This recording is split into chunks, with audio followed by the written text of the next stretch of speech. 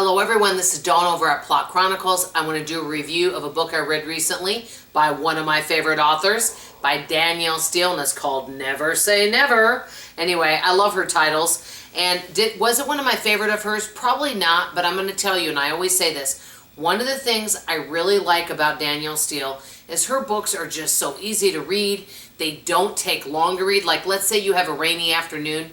You could literally read her book in an afternoon. And it's just a nice book. You don't have to think about a lot of things. There's not a complicated plot line. It just kind of moves and flows through. It's just her books are easy to read, to sum it up. But this book, I thought it was interesting. Not my favorite of all of hers. I told you my favorite Danielle Steele book was The Promise. And it was one of the first books she wrote. But this book was good.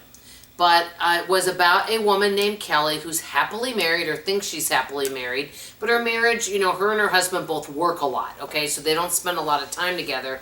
They're career people. They're very busy. They're successful. They have money and all that good stuff. And anyway, and I got to tell you about one of the reviews I read about the book, and you might get a kick out of it. But anyway, so she's married, and she has 2 grown children who are also successful. But, I think her and her husband were college sweethearts. Well, she finds out that her husband wants to be with someone else and is sorry about it. Announces this at Christmas, okay? Yay.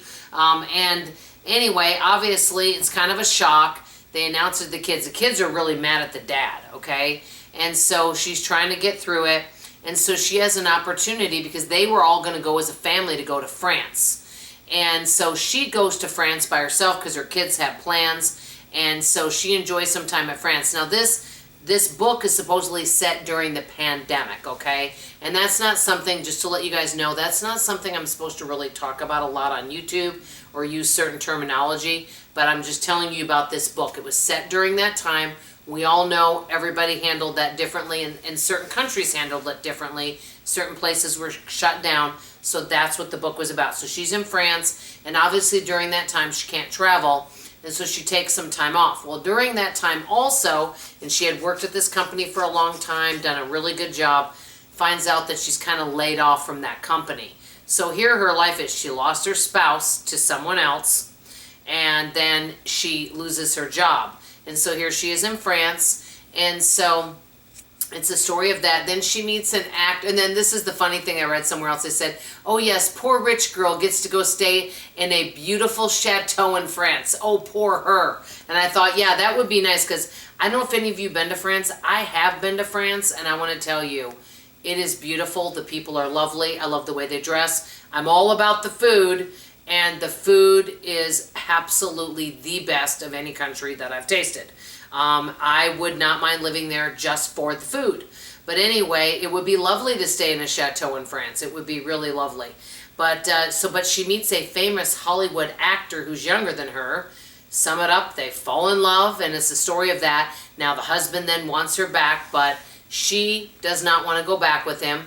But what I like about Danielle Steele is everything at the end of the story, it all kind of ends where it's got an ending, where you know what everybody's doing, what's the kids, what's the husband doing, or / ex-husband, I guess you would say, and did her and the Hollywood actor stay together and all that.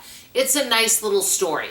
So let me know if you've read it. Do you read any of Danielle Steele books, and what do you think? And if you do read her books, I'd like to know what your favorite Danielle Steele book is. And my other favorite Danielle Steele book that I liked, and if I remember correctly, I think it was called Daddy.